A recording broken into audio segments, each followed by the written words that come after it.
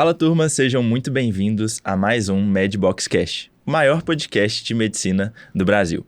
E hoje o episódio é muito legal, a gente vai falar sobre sono e alta performance, como o sono afeta a alta performance, como ele pode nos ajudar, como fixar melhores informações. Eu tô bem empolgado para esse episódio, viu, Thames? Eu tô demais, vai ser incrível. Eu vim direto da residência, super corrido meu dia hoje, quase que eu desmarquei, gente, esse podcast. Eu só não desmarquei porque essa convidada é muito especial e esse tema, assim, tô animadíssima pra falar disso. Muito especial, a gente já vai contar quem é a convidada, ela vai se apresentar, mas antes a gente tem uns recados muito especiais. Primeiro tem que falar do nosso patrocinador, 4Doctor, nosso primeiro apoiador aqui no MedBoxCast, empresa de muita confiança nossa, que a gente é cliente, que acompanha a gente desde depois que a gente formou, desde logo depois que a gente formou.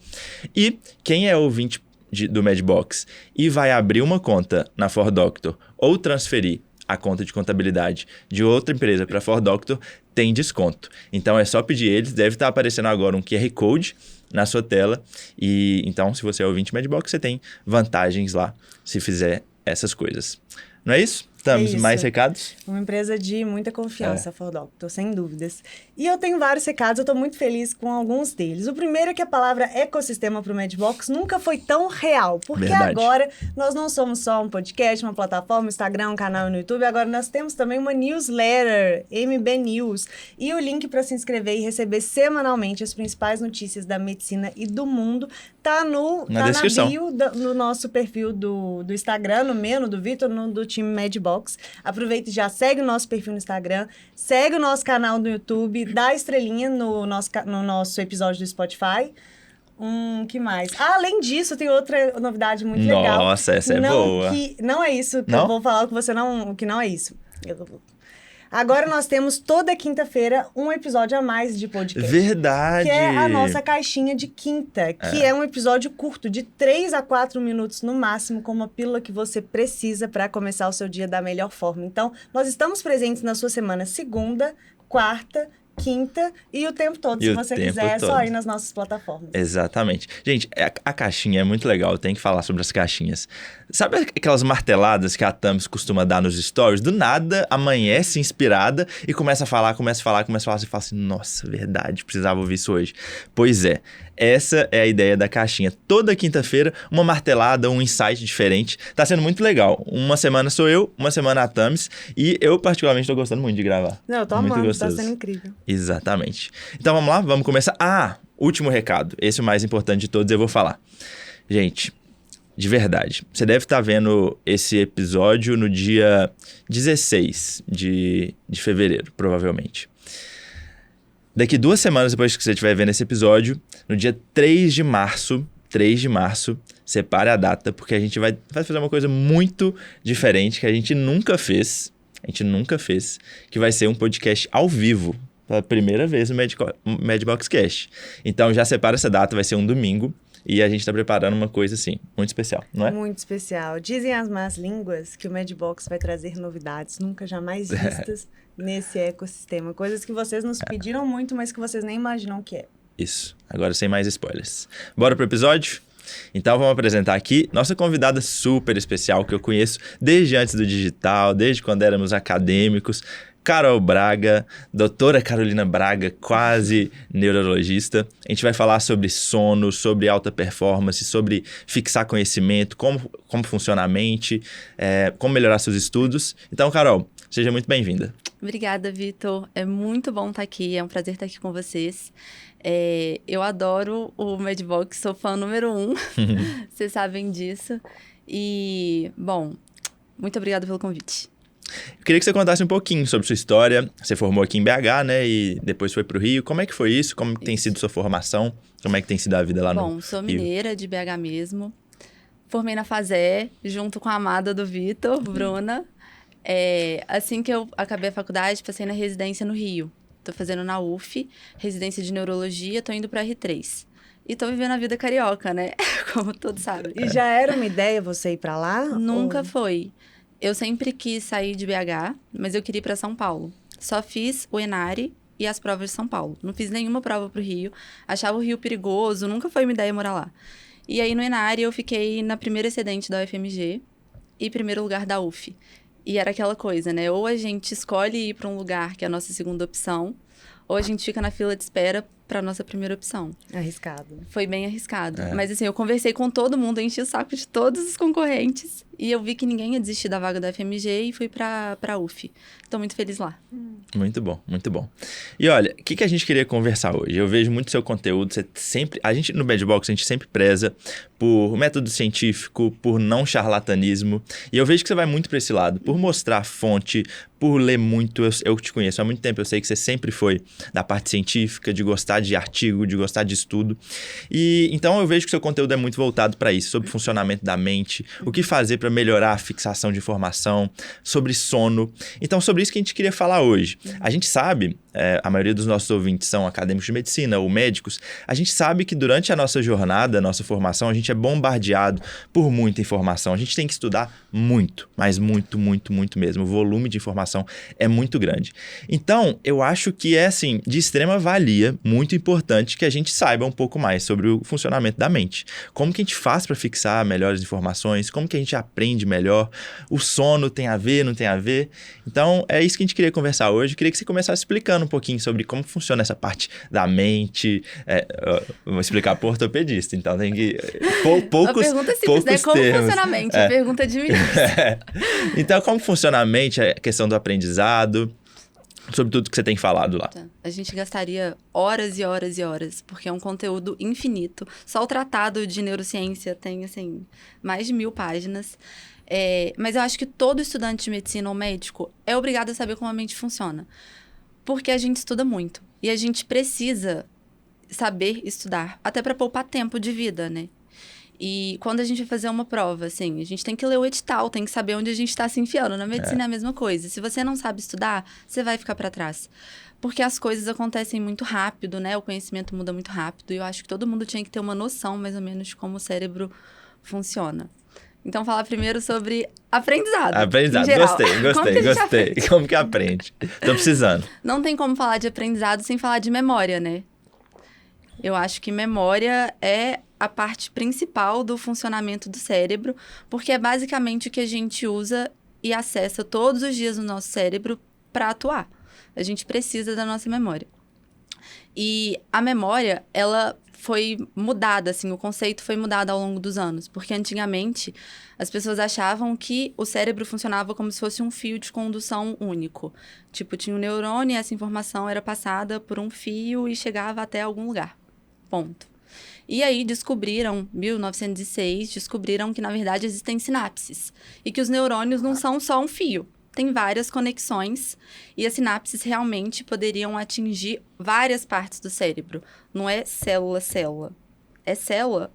O céu é o limite, né? E depois que a gente descobriu isso, a gente começou a mapear o cérebro e a gente percebeu que as memórias eram consolidadas num lugar chamado hipocampo. Todo estudante de medicina sabe o que é o hipocampo, né? Eu lembro, isso aí eu lembro. Agora, Vitor, em qual parte do cérebro tá o hipocampo?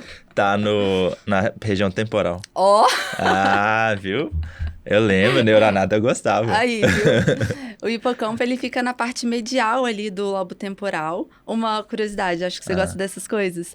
Hipocampo, hipo vem de cavalo e campo de monstro. O hipocampo parece um cavalo marinho, aí pela mitologia grega, por isso que eles deram esse nome, entendeu? Que parece um cavalo que fica ali acoplado gostei da no etimologia da cérebro. palavra.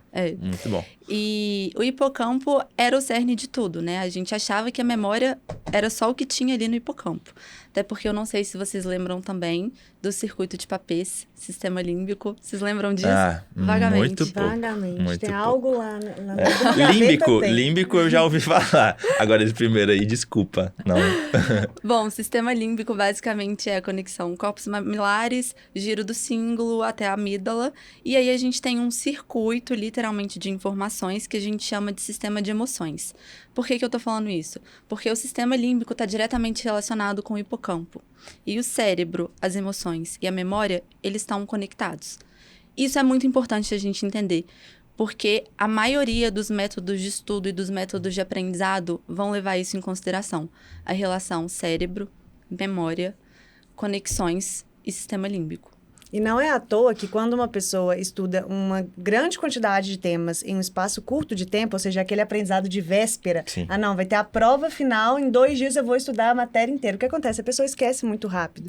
E não é à toa isso, né? Tá completamente envolvido com isso. Tudo que você tá falando, memória de curto prazo, que é diferente do de longo prazo. E você tá entrando num conceito de memória, que é legal a gente separar também, né? Bom, falando ainda sobre memória, pra gente aprender alguma coisa e lembrar da nossa memória, a gente precisa passar por um processo cognitivo. Quando você tem contato com uma informação pela primeira vez, o que você vai fazer? Codificar essa informação. Eu vou transformar a informação que eu recebi em circuito cerebral por sinapse. Isso vai ficar armazenado no hipocampo. Então, por exemplo, vamos pensar. Eu aprendi que a 4Doctor é uma empresa de contabilidade, ponto. Tenho essa informação. Eu acabei de ter uma percepção visual de que a 4Doctor é azul e ela é de contabilidade e eu tenho essa informação, isso está registrado aqui no meu hipocampo. A segunda parte da memória vai ser consolidação. Eu já codifiquei, eu já tenho acesso a esse circuito cerebral, agora eu vou consolidar como sono, emoções e repetição. Não, isso que você está falando é algo que simplesmente mudou a minha vida. Mudou a minha vida isso tudo que você está falando. Quando eu entendi que a primeira etapa, primeiro contato com algum tipo de conteúdo não era aquilo que ia realmente causar o aprendizado, mas sim a repetição daquilo e as revisões, e que isso ia como se fosse uma casa sendo construída da aprendizado, da consolidação, isso mudou a minha vida. Se não fosse isso, eu não estaria exatamente aqui hoje fazendo exatamente isso que eu tô fazendo. Você mudou a minha vida porque eu te acompanhava na época que você fazia flashcard à mão, tá? Mentira, nossa, legal. isso é raiz. Há muito tempo atrás, eu você usava na caixinha isso. de iPhone. E eu fiz uma caixinha igual a sua. Mentira! Juro, até eu conhecer o Anki, né? E depois, não, o Anki realmente não tem como comparar. Mas, aí seguindo passo a passo, né? Depois que a gente consolida a memória, a gente pode reconsolidar. Como isso? Todas as vezes que a gente tem um circuito cerebral, esse circuito pode ser acessado de forma rápida, se eu tiver gatilhos que me façam lembrar essa coisa. Então, por exemplo, eu já sei que a 4Doctor é de contabilidade. Se alguém falar contabilidade, o meu cérebro automaticamente vai me remeter a essa empresa que eu acabei de falar. E eu posso reconsolidar e ressignificar novas informações nesse mesmo circuito. Por exemplo, eu aprendi que o Vitor é patrocinado pela 4Doctor. Eu vou acrescentar essa informação nesse circuito. E é assim que a gente cada dia mais vai acumulando conhecimento. E por isso que a gente tem uma capacidade basicamente ilimitada de aprendizado. Isso é muito legal. Ó, você falou de emoção, que está diretamente relacionado, né? E eu comecei a lembrar, eu estou estudando para a prova de título e é muita classificação. E muitas vezes as classificações na ortopedia não tem... Muitas vezes não. Todas as vezes não tem lógica. Não tem muita lógica na classificação de fratura ou de alguma condição. E eu percebi que eu tenho muita dificuldade para memorizar. Só que eu tenho mais facilidade quando eu relaciono alguma emoção com aquela classificação. Exemplo, tem uma classificação que chama classificação de Silence para osteogênese imperfeita. E aí, eu não entendia nada, porque são 11 subtipos e, assim, eu não conseguia fazer conexão. Por que um é isso, 2 é isso? E aí eu comecei a fazer conexões emotivas. Por exemplo, eu sei que a 1 e a 4 são da classificação principal, elas são de característica genética dominante. E aí, eu comecei a pensar assim, quem domina fica nas pontas. Então, é 1 e 4. Então, eu sei que 1 e 4 são dominantes, entendeu? 2 e 3, elas são recessivas, porque quem não é dominante fica no meio. Então, eu fui estabelecendo as conexões, porque sempre que eu vou lembrar classificação de Silence, aí eu começo a lembrar, outra coisa que tem na osteogênese imperfeita é esclera azul. Aí eu começo a lembrar, osteogênese imperfeita acaba com A, de azul. Então, eu começo a fazer essas emoções e aí tudo começa a fazer mais sentido no meu cérebro. Se cair essa questão na sua prova de título, conta pra gente. Eu vou contar. Deve cair, sempre cai. Eu acho isso muito incrível também. E quando eu comecei a usar mais as emoções nos meus estudos de forma mais intencional, eu vi que os meus resultados foram mudando muito. E como isso era realmente verdadeiro. Eu até contei uma caixinha do Medbox sobre uma prova que eu fiz quando eu estava no 4º período da faculdade, uma prova de liga, e uma prova que eu queria muito passar a prova, foi super difícil. início. E, enfim, quem quiser saber essa história completa, ouve a caixinha número 2. Mas eu não passei nessa prova. E eu fiquei muito mal. Eu chorei, assim, uma semana. E eu lembro de cada uma das questões que estiveram naquela prova. Porque mexeu com as minhas emoções. Porque sua amígdala tava assim... Exatamente. Gritando. E até hoje eu lembro tudo que caiu naquela prova. Tem muitos anos. Então, assim, isso é muito real. E quando eu percebi isso, quando eu acertava uma questão estudando agora para as provas de residência, toda vez que eu acertava uma questão, eu fazia questão de comemorar de um jeito diferente. Tipo assim, eu levantava, eu contava para minha mãe, eu contava para o Felipe, tornava aquilo ali uma comemoração mesmo, para que a minha emoção tivesse envolvida de alguma forma ali. Ao mesmo tempo que, quando eu errava uma questão ou ia mal, eu realmente sentia aquilo, porque eu sabia que aquilo lá ia me fazer guardar aquela informação muito mais. Então, as emoções, elas são, assim, essenciais no aprendizagem de longo prazo. Quando a gente... Até o interesse, né? Quando a gente tem interesse em uma coisa, ou a recompensa que a gente dá para determinada coisa que a gente aprende, realmente faz toda a diferença. Porque o sistema límbico eu falo que o cérebro é um emaranhado de conexões infinitas. E isso é muito legal. E o sono, que você também falou, é uma parte importante nisso. E o sono, a gente sabe que é uma questão, assim, que está muito em falta dentro da medicina. Na verdade, está muito em falta no mundo, está muito em falta na sociedade moderna. Eu acho que todas as pessoas, de alguma forma, elas, assim, a grande maioria já teve, ou tem, ou vai ter algum problema com o sono em algum momento. Então, eu acho que essa é uma pauta que, assim, que a gente tem que entrar, sabe, um pouco mais. Também acho. Então, me conta mais, como é que o sono está envolvido nisso tudo? Tá. O sono está diretamente envolvido na consolidação da memória, que é uma parte essencial. Não adianta nada eu ver um tanto de informação e não consolidar a memória. Simplesmente eu tô mandando informação que é lixo pro meu cérebro. Então, virar a noite estudando é uma péssima ideia. É a pior das ideias. Não vou falar nada. A pior das ideias é virar a noite estudando. E aí, o que acontece? A nossa memória, ela é dividida em vários critérios pela psicologia, neuropsicologia, mas tem uma classificação que eu gosto muito, que é memória explícita, memória implícita e memória de trabalho. A memória explícita pode ser de longo ou curto prazo. São informações que a gente recebe ao longo do dia. Fatos, datas, nomes de pessoas. Então, é assim, a classificação da osteogênese imperfeita. Isso é uma memória explícita. É só um fato que está ali. Essa memória é o que a gente mais usa na medicina, porque a gente usa vários fatos aleatórios que em algum momento vão se conectar, mas quando a gente está estudando, a gente pega uma prova de residência. É basicamente um bando de memória explícita que tem ali. A memória implícita e a memória explícita, ela faz parte do hipocampo, de armazenamento que a gente acabou de comentar como funciona. A memória implícita tem mais a ver com a amígdala, com emoções e com automatização. Por exemplo, dirigir um carro. É um tipo de memória que ela fica automatizada. E você não precisa pensar sobre aquilo. Em algum momento você aprende e aquilo fica guardado no seu cérebro. Para quem é cirurgião, algumas manobras técnicas... Hoje em dia você não pensa para fazer uma sutura. Aquilo já é automático. Isso é um tipo de memória... Nem sempre foi assim. Nem sempre foi assim. Não mesmo. Já contei várias histórias aqui. Mas sim, nem tudo nasce perfeito.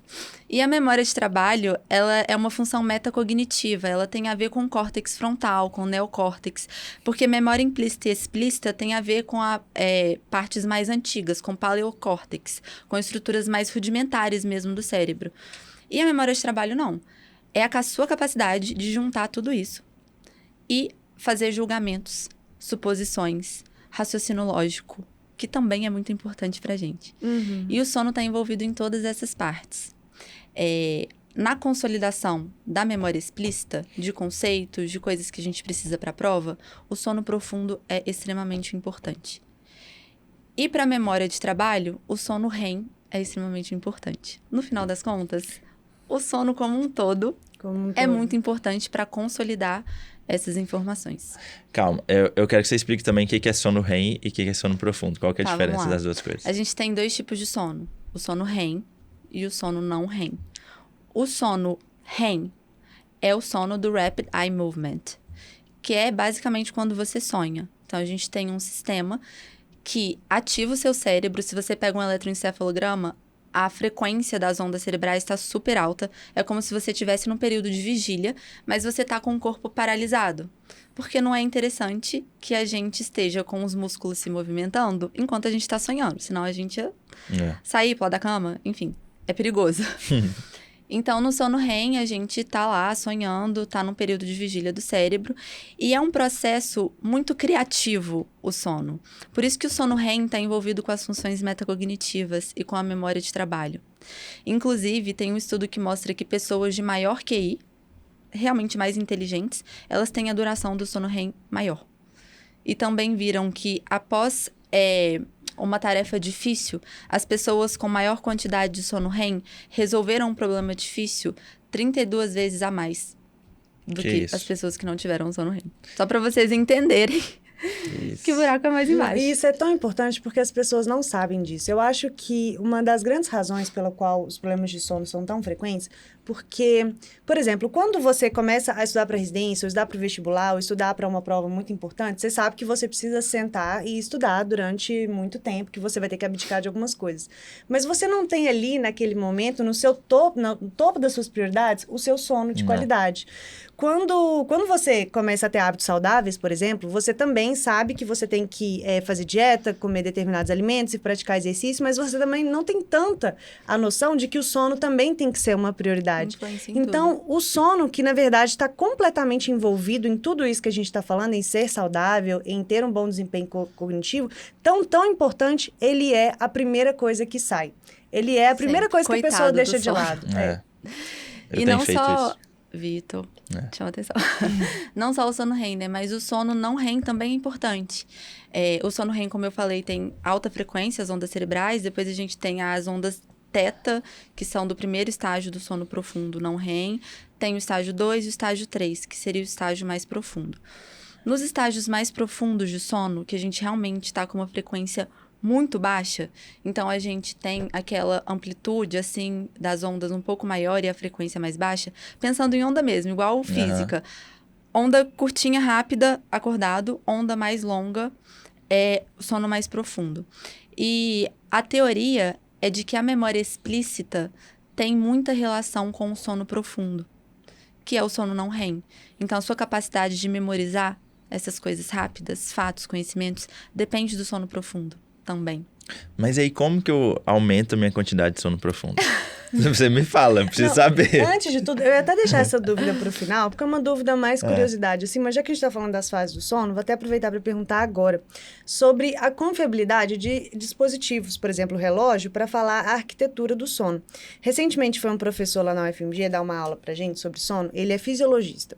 E eu fiz essa mesma pergunta para ele, e o que ele me falou é que ele é mais confiável para avaliar as horas de sono como um todo, mas não tanto para ver a arquitetura do sono, essa divisão de sono REM e não REM. Eu queria saber assim, o que você acha sobre isso. Esses dispositivos, eles conseguem medir mais ou menos qual estágio do sono que você está pelo movimento do seu corpo, pela sua respiração e, se for um relógio, pela frequência cardíaca. No sono REM, a gente realmente fica 100% parado. Então, tem até uma boa plausibilidade biológica para isso. Mas nada vai substituir uma polissonografia, um eletroencefalograma. Então, se você realmente quer saber como está o seu sono, você tem que ir num médico do sono. Eu quero saber. Mas assim, já ajuda, né? Sabe qual que é o melhor critério? Uma coisa rudimentar, assim, pra saber como tá o seu sono. O estado físico da pessoa durante o dia. Você acorda cansado? Ponto. Primeira pergunta. Vamos até fazer uma pausa aqui pra essa questão que você trouxe. Como uma pessoa sabe se ela dorme mal? Tá. Perguntas muito básicas. Você acorda já se sentindo cansado, com dificuldade de acordar, de abrir o olho? Tem alguma coisa errada. Bom que a gente vai se avaliar. Eu já comecei mal aqui, perdendo um ponto. Esse eu considero. Vamos lá, continua. Ao longo do dia, você se sente cansado, com vontade simplesmente de sair, largar tudo e dormir? Você costuma cochilar em qualquer lugar que você senta e encosta a cabeça? Então, isso a gente tem que ficar assim. Entendi. Esse tipo de humor também está muito relacionado. Nossa, 100% porque isso é uma das coisas que eu mais vejo em mim. Eu tento ter uma quantidade mínima de horas de sono, só que às vezes não acontece. É a nossa rotina. Nós todos, por mais que a gente saiba a importância, por mais que a gente busque, acontece de a restrição de sono. A gente tem que evitar o máximo possível, mas acontece. E quando eu passo por restrição de sono, o que mais muda em mim é o meu humor e a minha reatividade. Eu fico completamente reativa, completamente. Então, assim, essa é a primeira coisa que eu percebo. Tá te faltando sono REM. E a capacidade de tomar decisão também. Eu acho que quando a pessoa passa por uma restrição de sono, ela também não consegue pensar com muita clareza. Funções metacognitivas, memória de trabalho. Você tá certíssima, é exatamente isso. Quando um paciente tem depressão, que ele usa antidepressivo, o antidepressivo interfere no sono REM. E o sono REM tá relacionado a isso que você falou, de piora de humor, né? A falta do sono REM. Piora de humor, irritabilidade, estresse. Não, e quando eu tô assim, quando isso acontece, aí eu falo, essa noite isso não vai acontecer, vou dormir e tal, não tenho nenhuma pendência específica que vai tirar meu sono essa noite. No dia seguinte, quando eu acordo, parece que eu virei outra Tamara. É uma coisa absurda. Você até sabe. Ela sabe. A próxima vez que ela estiver assim, eu vou falar... Tams, investe no sono REM, por favor. Não, sério, mas eu sei, só que o mais importante é que eu sou muito consciente. Eu sei quando aconteceu, quando eu não dormi bem e fico mais reativa, e eu sei o que eu tô precisando fazer, que é dormir mais. Então, a gente tem que ir dançando conforme a música. Não dá pra gente falar, não, agora eu vou dormir tantas horas de sono REM, não REM, todos os dias, eu quero ver quem vai me segurar. Se você é da área da saúde, é muito difícil querer impossível. isso. Então, assim, mas a gente faz o melhor que a gente pode.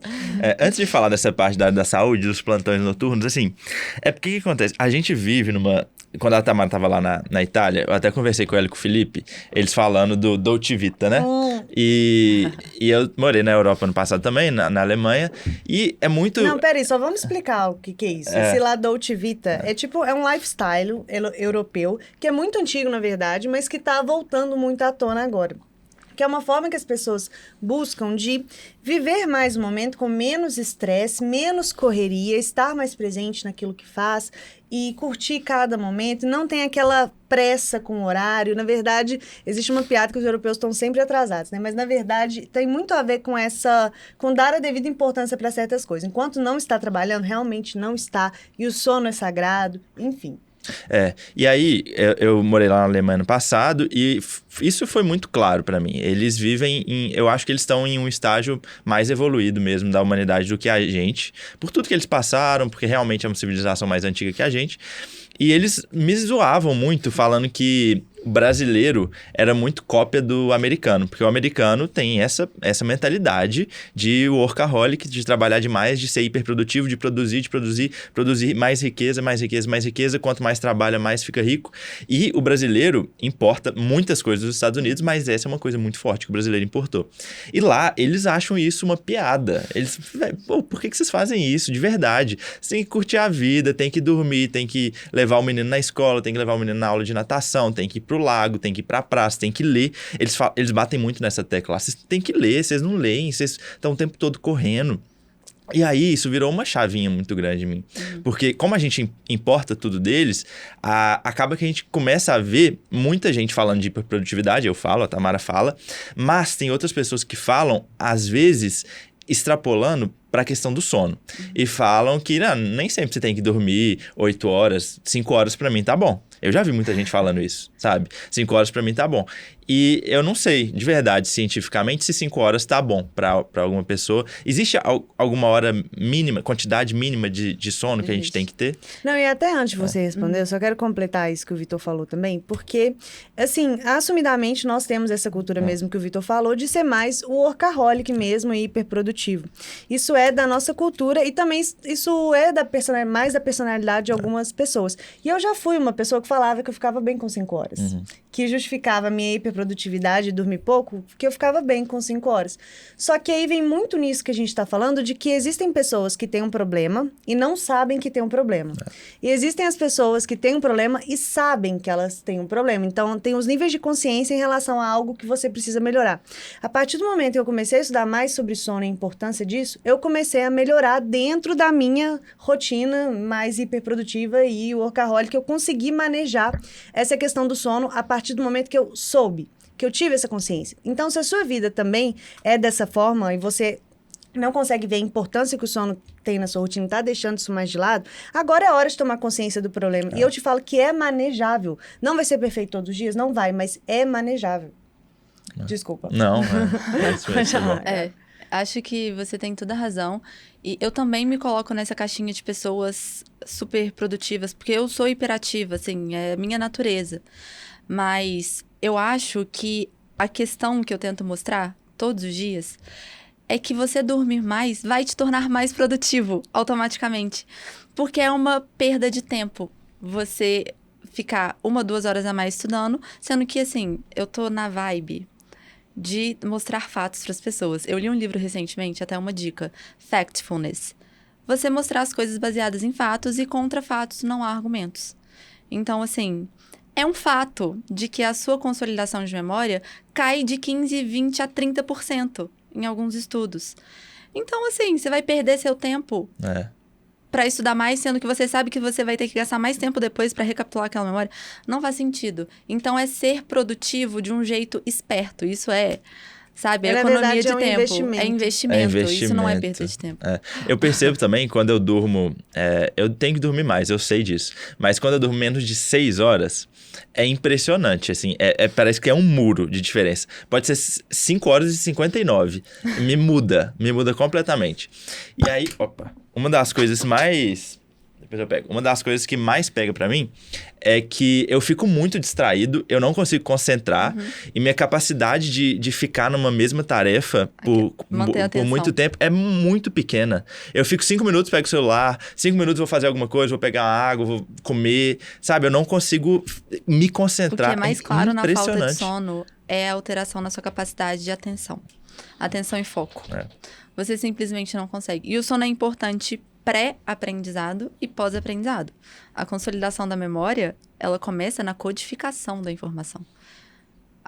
Assim, você gravar alguma coisa começa antes mesmo de você ter acesso àquela informação. Porque se você não tiver foco e atenção e clareza, você vai esquecer. E esse é um ponto importante, porque muitas pessoas também acabam achando que são muito distraídas ou que tem até um TDAH, uma questão assim, realmente importante. Antes de investigar um TDAH, antes de investigar talvez uma depressão também, tem que ver o sono. Obviamente tem que ter.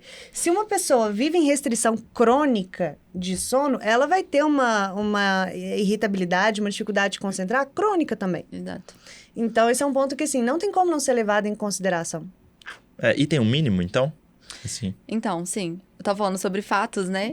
Os estudos mostram, assim, tudo que eu falar... Eu até fiz uma listinha, tá? Com referências. A gente pode deixar pra vocês, pra todo mundo acessar os artigos. Eu gosto disso, entendeu? A gente gosta disso. É por isso que a gente fala no Medbox o tanto que é importante a formação de excelência e o especialista. A gente quis falar sobre sono, a gente trouxe uma pessoa realmente de excelência pra falar sobre isso. Então, entendam isso. Não tem como comparar uma pessoa aleatória que começou a falar sobre sono e sem ter nenhuma formação pra isso e a Carol que tá aqui com a gente. Então, saibam, gente. Saibam quem vocês vão ouvir. E assim, nunca vai sentar aqui, junto com a gente, alguém que realmente não seja igual a Carol, que não seja confiável, que a gente sabe que é uma pessoa realmente do bem, que estuda e que é baseada em método científico, em evidências. Então, por isso que a gente escolhe tão bem os convidados, Carol. Padrão Medbox. A Carol é total padrão Medbox. Continua. Então, vamos lá. Vamos lá. Resumindo, 6 a 8 horas, pra ser mais direto. 6 a 8 horas. 6 a 8 horas é o tempo ótimo. Tá. E isso é muito variável entre as pessoas, né? Porque totalmente variável. Quando eu casei, eu falei, meu Deus do céu. Eu sabia que eu e o Felipe, a gente tinha necessidade de sonos, assim, diferentes. Mas, quando a gente casou, gente, eu fiquei chocada. É absurdo. Mas muito mais. Muito. Eu vi na Itália, você pulando em cima da cama e ele, tipo... Muito mais. Assim, eu sou uma... Porque também tem... Eu acredito que a diferença entre as pessoas nessa variabilidade é a pessoa que é dormidora curta e dormidora longa, certo? Então, eu percebi que eu sou uma pessoa realmente dormidora curta. Diversos fatores me mostraram que eu realmente fico bem com 6 horas. E se eu tento dormir muito a mais, durante muito tempo, meu corpo volta para 6 horas. E a hipersônia me faz muito mais mal do que ficar com restrição de sono. Isso é mostrado em estudo mesmo, assim. Se você dorme menos de 6 horas ou mais de 8 horas, a sua chance de ter algum distúrbio do sono é muito grande, porque isso tem a ver com o ciclo sono-vigília. Isso é algo hipotalâmico, isso é algo ancestral, sabe? Não foi a gente que determinou. Nosso relógio biológico existe, e ponto. Existe, então, ponto. sim. Então, quem fala que é noturno, não existe pessoas noturnas. Você pode ter um cronotipo de se adaptar mais a dormir um pouquinho mais tarde, acordar um pouco mais tarde, ou dormir um pouquinho mais cedo e acordar... Mas nunca vai fugir muito de um prazo de 12 horas do período noturno, entendeu? Então, vocês que adoram falar que só rendem à noite, que não rendem de dia, só de noite. Essa pessoa é louca, quem fala isso, sinceramente. Não. E, Carol, assim, se a pessoa escolheu fazer medicina, não importa a especialidade, durante a faculdade mesmo já vai começar a acontecer, que é o fato de ter que dar plantão noturno. Algumas pessoas vão dar mais plantões noturnos, outras pessoas vão dar menos. Mas em algum momento da sua formação você vai dar plantão. E assim, é muito ruim. É muito ruim. Quem gosta de plantão noturno também é doido, porque não dá pra entender. E, por exemplo, a Bruna... Ninguém gosta. Acho que ninguém gosta. Tem gente que gosta. Eu prefiro, assim, já que tenho que dar um plantão, eu prefiro dar um plantão noturno do que perder um sábado inteiro. Porque eu moro no Rio, eu preciso da praia, né, gente? Então, assim, e o pós-plantão dela é na praia, que eu já vi. Eu passo. E aí, por exemplo, a Bruna vai dar 4 plantões noturnos em uma semana, essa semana dela. Então, assim, existe alguma forma de driblar isso, de não fazer o plantão noturno ser tão... Claro que não depende só da gente, né? Depende de paciente e tudo mais. Mas existe alguma forma de ser menos traumático, ser menos danoso? Então, sim. Ela... Coitada. Ela tá indo pro plantão agora, inclusive. Depois, tipo, até cabe aqui a gente falar que o plantão noturno, em geral, ele faz parte da nossa formação, faz parte da vida médica, do residente, às vezes até do acadêmico, mas quando eu vejo acadêmico dando plantão noturno, eu fico chocada. Eu assim, acho que não é um momento, mas enfim, faz parte da nossa formação. A gente tem que passar por isso em algum momento. E, na verdade, como isso, na verdade, tem que ser algo com dia para começar e para acabar. Não tem como viver cronicamente dando plantão noturno. Não tem como você viver cronicamente tentando fazer um controle de danos. As pessoas literalmente morrem, assim. Se você pegar... Saiu a demografia médica, né, há pouco tempo. E a mortalidade entre emergencistas e plantonistas noturnos é maior. Simplesmente as pessoas vivem menos, porque não tem saúde. Mas tem, sim, alguns hacks que eu mesmo coloco em prática para melhorar um pouco a minha qualidade de sono. Eu dou 2 plantões noturnos por semana. Eu acho muita coisa. É muita coisa. Né? Sim, é um da residência e um para sobreviver no Rio de Janeiro. Mas o que eu faço? Eu tento não bagunçar tanto o meu ciclo sono-vigília. Como eu faço isso? Eu não gosto de dormir muito, durante muitas horas, no dia seguinte, depois do plantão. Porque a pior coisa não é você estar cansado no dia seguinte. É você dormir o dia inteiro no dia seguinte e bagunçar o seu ciclo sono-vigília e ficar o resto da semana toda bagunçado. Então, se eu consigo dormir pelo menos umas 3 horas no plantão noturno, eu tô em restrição de sono, mas o meu ciclo sono-vigília não vai ser bagunçado. Sinto muito. E aí você já sabe que você tá em restrição de sono. Eu acho que esse é um dos pontos mais importantes. Exato. Eu sei o meu limite ali. Eu não vou ser a hiperprodutiva. Eu vou colocar atividades no meu dia que não sejam tão pesadas. Você não vai tomar uma decisão difícil. Exato. Passar por uma reunião. Sei que eu tô em restrição de sono. Faço higiene do sono no plantão. Meus amigos me zoavam acho muito legal. Gente. Eu no plantão da residência, tipo, conta a mão de ouvido. Que eu faço? Conta esse passo a passo, vai ser legal. Não, calma. Antes de entrar na higiene do sono, que eu acho que a gente tem que deixar isso aqui com toda certeza registrado, mas uma coisa que eu percebi, assim, eu não parei de dar plantão na residência de clínica. Então, desde a residência de clínica, eu não dou mais. Eu dava 1 a 2 por semana também. E depois de 2 anos de residência de clínica médica, eu achava que eu já tinha meio que me acostumado. Mas, a partir do momento que eles saíram, assim, da minha vida, eu percebi quantas coisas na minha vida foram melhorando, sabe? E, na verdade, eu não percebia tanto que era relacionada a esses plantões, mas são completamente. E eu fazia exatamente dessa forma, como você falou. Se eu tinha dormido umas 3 horas, eu começava meu dia. Meu dia e isso me fazia muito bem, me ajudava muito. E o que eu vejo sendo muito comum em plantões noturnos são pessoas que, por exemplo, tá no plantão noturno e todo mundo junta e pede um iFood. Nossa. Todo mundo pede, tipo, salgadinho frito. Gente, isso era muito comum na minha residência clínica. Eu via todo mundo... Café de madrugada. Eu via todo mundo tomando café de madrugada. Ai, gente, sério. Tomando café, comendo doce de madrugada. Tipo, acordou pra ir avaliar um paciente, volta, senta e come um doce, sabe? Assim. Então, esses são hábitos que vão com certeza piorar, sabe? Vão com certeza piorar o fato de você estar em restrição de sono. Então, eu lembro que eu passei pelos meus 2 anos de residência de clínica médica, dando 1 a 2 plantões por semana, sem nunca ter pedido um iFood, nem ter comido nenhuma besteira no plantão noturno, porque eu sabia, eu tinha consciência naquele momento, o quanto ia me fazer muito mais mal só de fazer isso. Então, uma variável não está adequada, que é a restrição de sono, então todas as outras variáveis têm que estar adequadas para um controle de danos. Com certeza. Concordo plenamente. Já é trágico. Gente, plantão noturno é algo trágico. É uma coisa muito horrível. Mas eu também sempre me programei, então, levar a comida mais leve. Quando eu vou comer no plantão, que não dá tempo de comer em casa, eu sempre me programo pra comer mais cedo. Pra não ficar com a barriga muito cheia perto da hora de dormir. E aí eu tenho todo o meu ritual, porque a gente pode até achar de longe que é besteira, mas, gente, nada se compara a dormir numa cama confortável com um pijama confortável. Sabe, você não vai dormir de calça jeans, isso atrapalha a qualidade do sono. Pode parecer uma besteira, mas Nossa, atrapalha. O meu primeiro plantão noturno de clínica médica, eu dormi de calça jeans, eu não vou esquecer nunca disso. Calça jeans, eu não tirei nem o jaleco.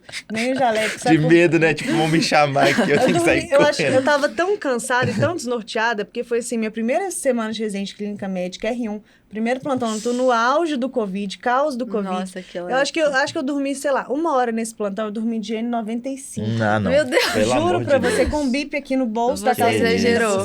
E acordei com um bip. Tô falando sério, porque não era pra eu ter dormido, entendeu? Só que eu sentei e eu tava tão tensa com o bip, com medo dele tocar, que não era pra eu ter dormido. Bip quando eu dormi. Nossa. Mas assim, eu sempre assim. troco de roupa. Você troca de roupa? No plantão. Eu coloco pijama cirúrgico, né? Ah, tá. Confortável, com roupa de baixo confortável e croque sempre. Sempre fico assim, o mais confortável possível. Lavo meu rosto, faço meu skincare. Meia-noite. Não consigo dormir com... Eu não posso estar suja, sabe? Então, eu me limpo toda, assim, pra ficar bem. Faço um chá de camomila, então na hora do descanso, eu tomo meu chazinho de camomila. Sempre organizo a minha cama super bem limpa. Pingo óleo de lavanda, porque óleo essencial ajuda, sim. Eu já vi você fazendo, é muito bonitinho. E durmo no meu plantão, porque aquele tempo de descanso vai ser o tempo de descanso que eu tenho. Então, se for pra dormir 3 horas, é pouco? Mas vai ser um sono de qualidade. Não, e assim, higiene do sono não é algo assim empírico que a gente tá falando. Tá muito na moda falar de higiene do sono, mas quando você vai ver as evidências sobre tratamento de distúrbios do sono, higiene do sono tá assim, no topo da lista, é muito importante.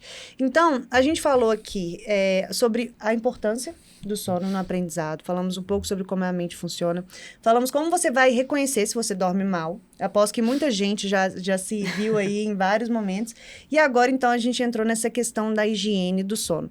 Então, você me contou mais ou menos como é a sua, é muito parecido com a minha, mas o que é exatamente, como uma pessoa ela pode determinar a higiene do sono ideal para ela?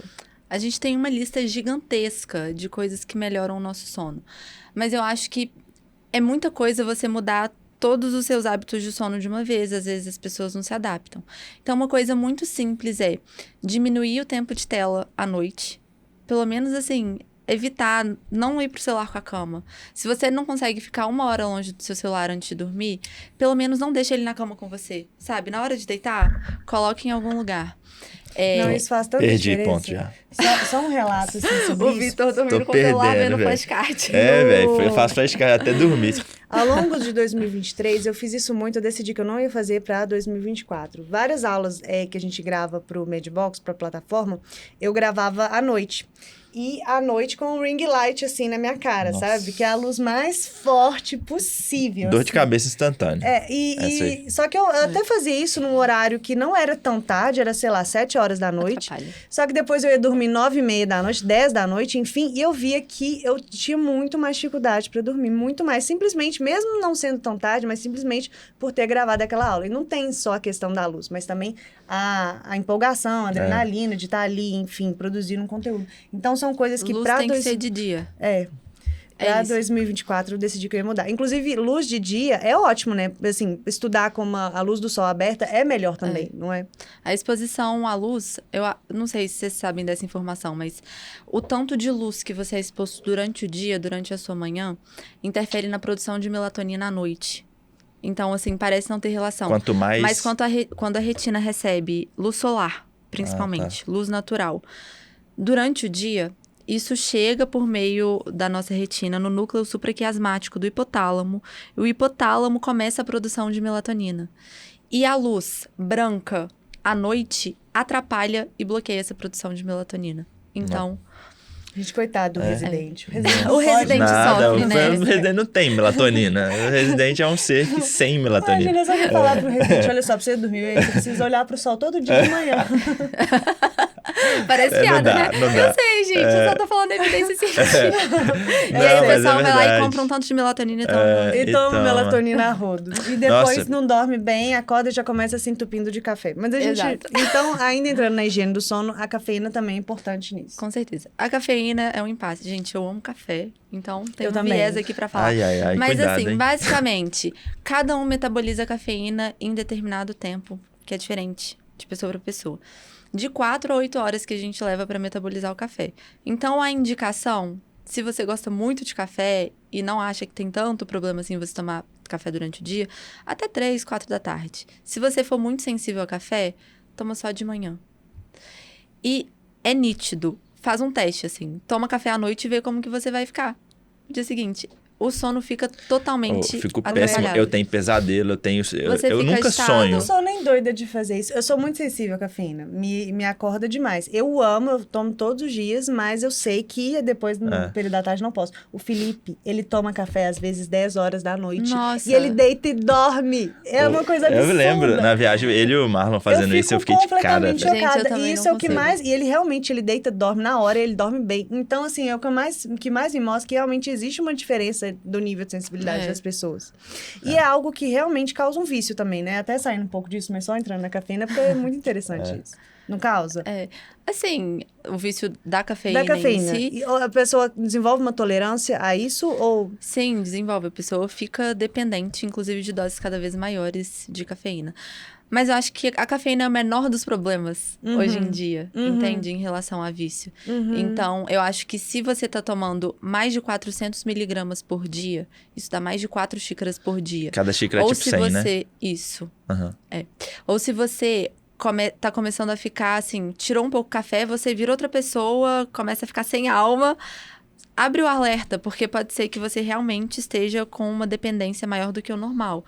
E aí a gente indica fazer o desmame dessa cafeína até ficar numa dose razoável. Numa época, no ano passado, ano retrasado, na verdade, eu tô começando a confundir os anos, virou muito rápido, 2024. 2022, que eu tava estudando pro R+, de endócrino, e sendo R2 ao mesmo tempo. Foi uma época que eu tava tomando muito mais café do que o normal. E eu percebia que quando eu ficava com menos café durante o dia, meu humor mudava completamente. E assim que passaram as provas, eu percebi que isso aconteceu, eu comecei a reduzir drasticamente a minha dose, drasticamente. E depois de um tempo, eu fui percebendo que mantendo uma dose mais baixa, quando eu tomava mais café, fazia mais efeito. Eu tinha mais capacidade cognitiva tomando mais café depois de ter passado por esse período de desmame, digamos assim, do que antes. Também já fiz isso. Ajuda muito.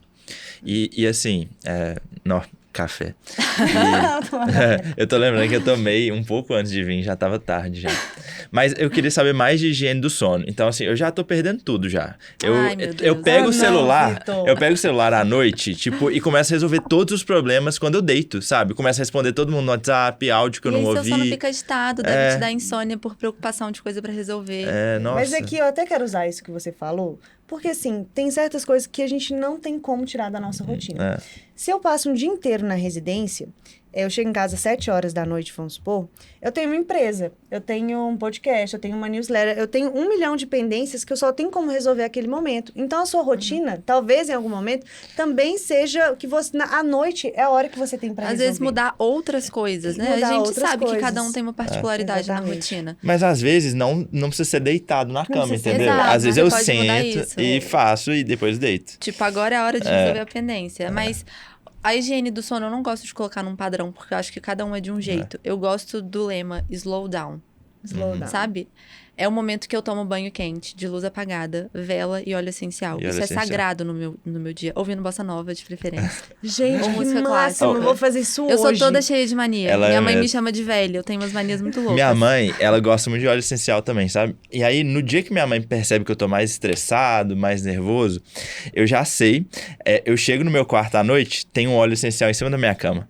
Nossa, hoje eu devia estar chato. Porque ela é exatamente esse termo. Eu tô chato, ela põe óleo essencial. Então ajuda, né? Ajuda. Ajuda muito. A aromaterapia tem evidência para idoso com demência e apatia, para Que vocês terem legal. noção. É algo que realmente a gente pode usar. Claro que não é cura de nada, não vai deixar ninguém mais inteligente, não vai deixar seu sono ultra poderoso. Aham.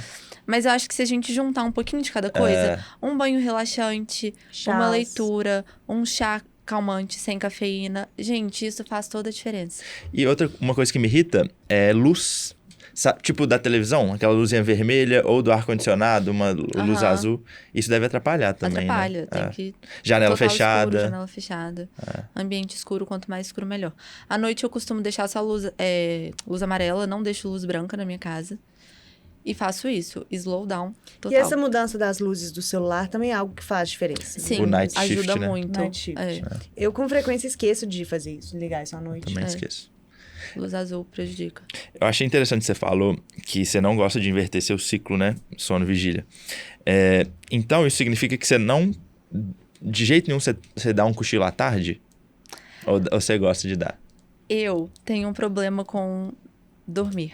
Sou muito agitada, gente. Vocês não têm noção. Eu me identifico super. Eu não consigo Eu também não dormir à consigo tarde. dormir de jeito nenhum. Eu nem se deito e fico, tentar tipo... Ai, tem que fazer... Eu sou muito agitada. Então, pessoalmente, eu não durmo.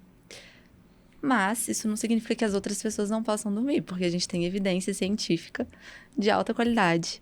Saiu em 2021, se eu não me engano.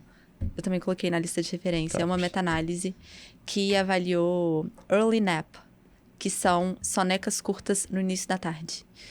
E tem uma melhora de recapitulação de memória explícita, que a gente falou sobre os fatos.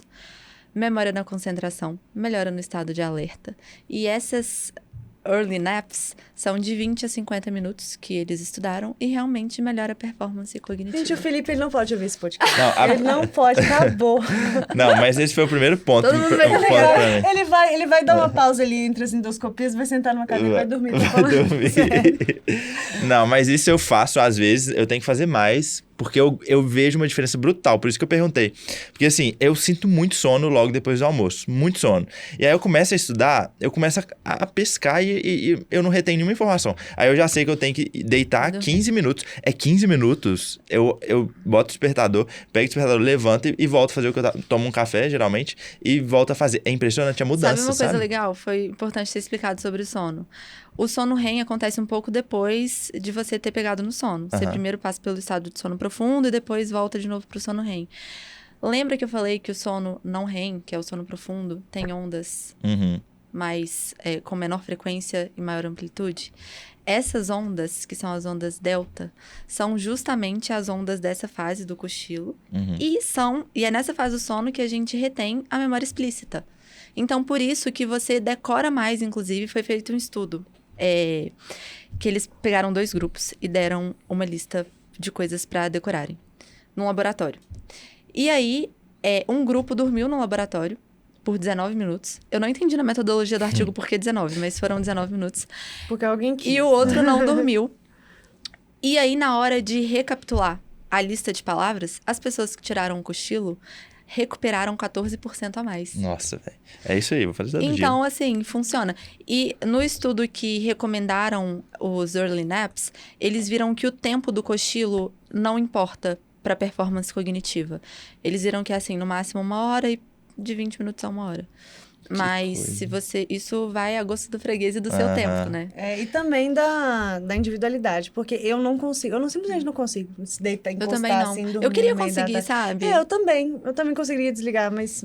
Eu fui fazer isso uma vez, que eu dei 3 plantões noturnos consecutivos. Suicídio, né? Meu 3 Deus. plantões noturnos consecutivos. E aí, eu simplesmente não conseguia pensar. Eu tava igual um zumbi. Gente, sinto muito cérebro, mas hipotálamo, você vai ficar sem o ciclo sono-vigília hoje. E aí, eu ia dormir por 1 hora, um cochilo. Acordei 7 horas da noite. Nossa. Porque eu não consigo tirar cochilo. Ou eu tô muito cansada e durmo infinitamente, ou eu não consigo dormir. Mas eu fico chocada. É como se fosse uma capacidade de se desligar na hora que quer. Eu fico tão chocada com isso. O Felipe faz isso também. Uma vez ele tava num plantão e ele me ligou só pra me contar, só pra me fazer raiva. Tipo assim, ele foi almoçar. Aí ele, almoçou e foi no carro dele. Ele tirou uma soneca de 9 minutos. E voltou. Ele me ligou do carro dele e falou assim: eu tô te ligando só pra te contar que eu tirei uma soneca de 9 minutos, tá bom? Eu chocada aí, beijos. Mas sabe que mindfulness e meditação, mesmo que você não consiga dormir, tem uma capacidade muito boa de diminuir a frequência das suas ondas cerebrais. Então, assim, se você não consegue dormir, mas tá muito agitada naquela coisa de não saber o que fazer entre um estudo e outro, meditação ativa ajuda também. Meditação guiada, sabe? que a pessoa te fala o que fazer, respirar profundo, tudo isso ajuda também. Não, eu sou muito fã de mindfulness. Hoje mesmo, inclusive, hoje a minha residência, assim, sabe aquele dia que tudo dá errado? Tudo deu errado hoje na residência, tudo. E teve uma hora que eu comecei a ficar, assim, ansiosa, sabe? Aí eu sentei um pouco e eu fiz um pouco de mindfulness, uns 5 minutinhos. Depois disso, juro, meu dia parece que se reorganizou. Eu tava com as lentes sujas, parecia. Então, assim, realmente é algo... Mas como que faz isso? Só senta? Não, sério mesmo. O Vitor tá anotando muita dica. Tem um aplicativo que eu gosto muito, que chama Insight Timer. Uhum. Tem vários, tem Meditopia, tem um tanto. Isso não é propaganda de aplicativos. Você baixa e escolhe uma meditação guiada. Tem de vários minutos. Tem 1 minuto, 5 minutos. E aí você fecha os olhos e vai seguindo as instruções da pessoa que tá falando. E normalmente vão te falar pra você respirar fundo, pra você sentir a sua respiração. E vão te falar a frequência que você tem que respirar. Tem algumas que são exercícios tipo terapia cognitivo-comportamental. Tipo, imagine que você está andando por um lugar bonito, um lago. Você fecha os seus olhos e respira fundo. Sabe? Eles vão te fazendo entrar num mundo paralelo. E você desliga. Não, e é incrível, faz toda a diferença pra mim. Toda a diferença. Rapidão, só falando de mindfulness, que eu lembrei de uma coisa. Eu tava num plantão um dia, e no plantão que eu dou, tem uma auxiliar de enfermagem que ajuda a gente com os gessos, sabe? E aí, ela tava muito agitada nesse dia, e foi depois do almoço, e ela falou assim, ô Vitor, eu vou só ali fazer um mindfulness, 5 minutos e já volto. Aí eu falei... Hã? Ela, porque tem um riachinho ali, eu fico ouvindo a água passar e eu fecho o olho, sento, faço 5 minutos e muda minha vida. Ele entendeu totalmente a definição de mindfulness. No plantão, foi 5 minutos, voltou outra pessoa. Eu falei, que isso, me ensina. Não, legal. Você dá um reset no cérebro, é como se tivesse tudo muito, muito bagunçado e você limpa. E aí, o que as pessoas fazem? Tomam remédio, pílula isso estimulante. Isso que eu queria falar. Não, sério, parênteses pra isso. A gente tem um grupo que todo mundo vai fazer a prova de título de ortopedia. Todos os R3 do Brasil estão nesse grupo. E o assunto do grupo é só Venvance. Só Venvance. Ai. Todo mundo tomando Venvance, todo mundo. Você não sabia que as pessoas usam doping pra prova? De forma descarada, tipo, muito, conversar num grupo? Usam muito. Que isso, mas as pessoas são muito doidas, tipo assim. Usam muito. Usam muito. Meu primeiro projeto de pesquisa na FASE foi sobre isso. Foi sobre o uso de metilfenidato entre estudantes de medicina. E era uma coisa absurda. O povo usa demais. Eles chamam de Venva. Ali o Venva.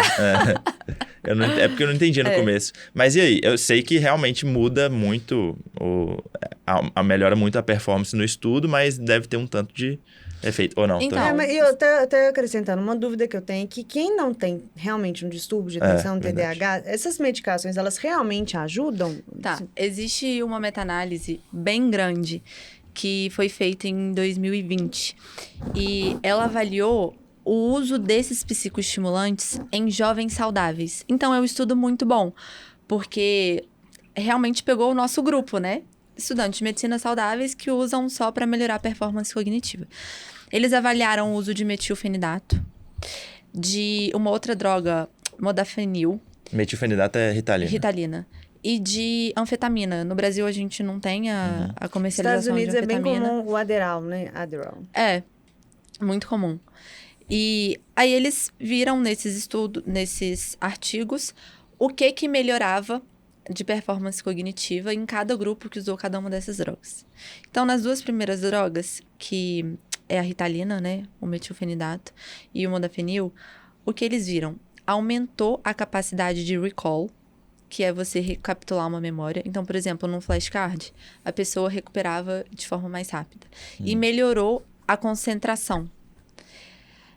Na Ritalina, dessa meta-análise, 7 estudos mostraram que a pessoa conseguiu manter foco por mais tempo.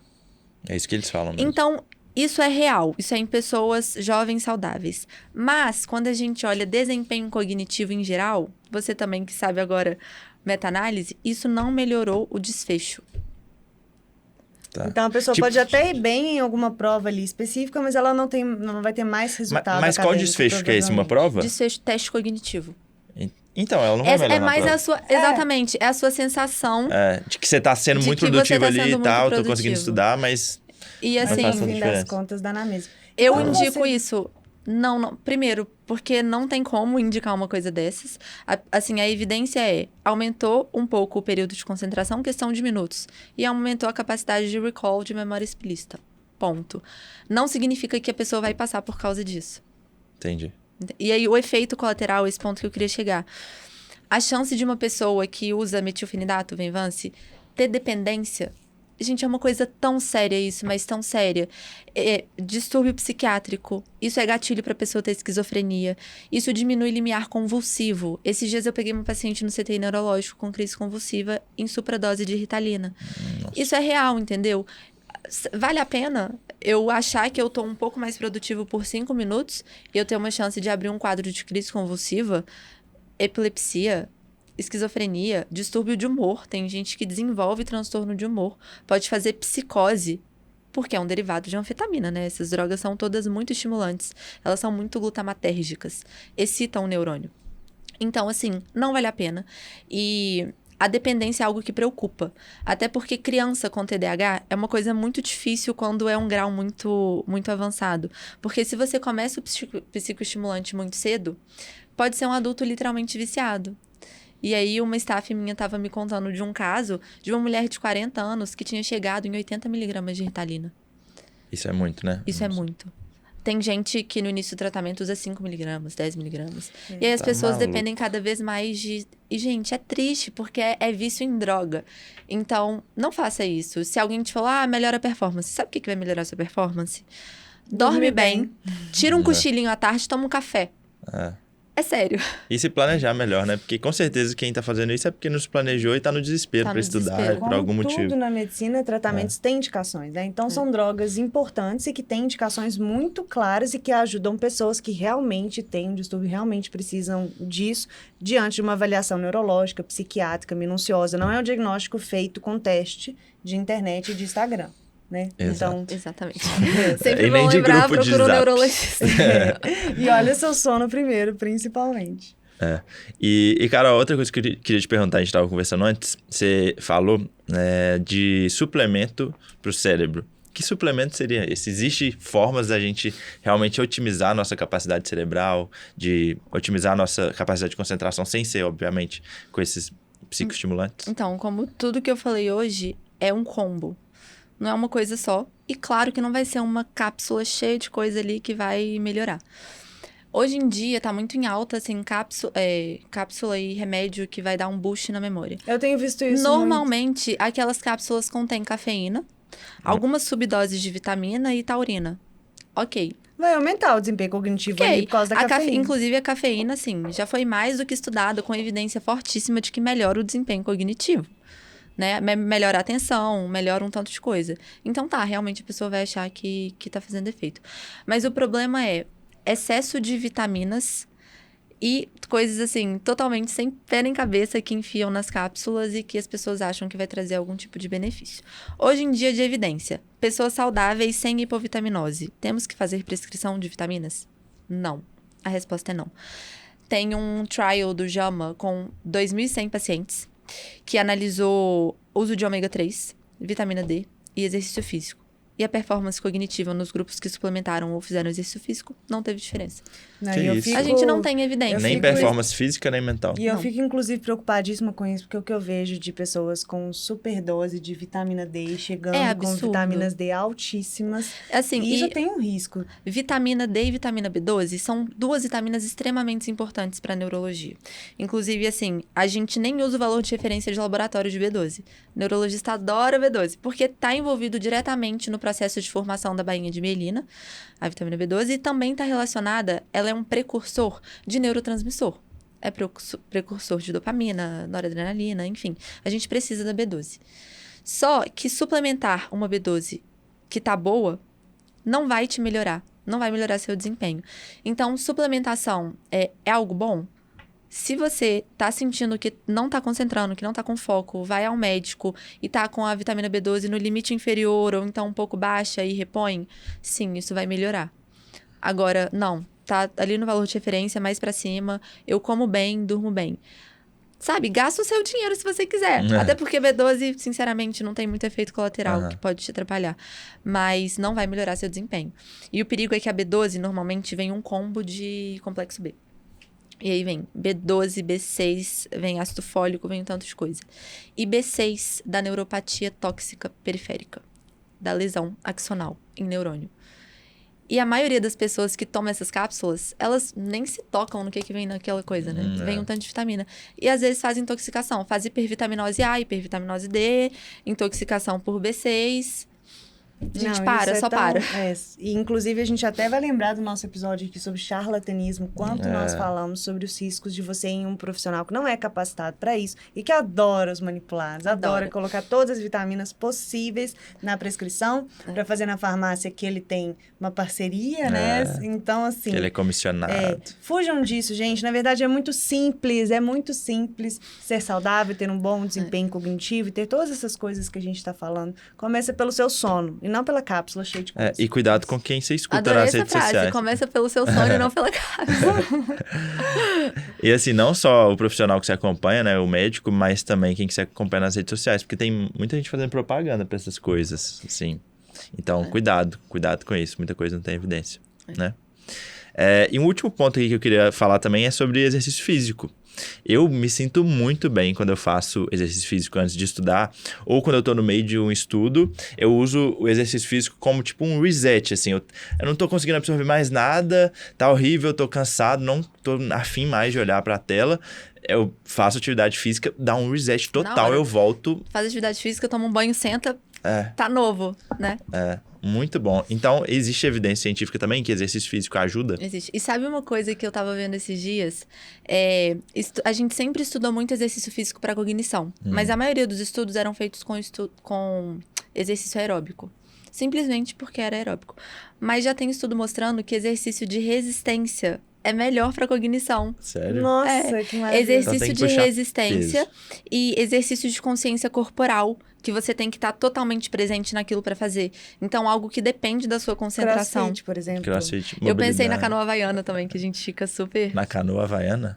Que é canoagem. Isso? Canoagem. Vitor, faço canoa havaiana, eu moro no Rio. É verdade. Mas é canoagem, né? É chique, canoagem. gente. Mas assim, então... Nesse estudo, que testaram vários tipos de exercício físico, pessoas que faziam algum tipo de exercício de resistência e exercício de resistência de...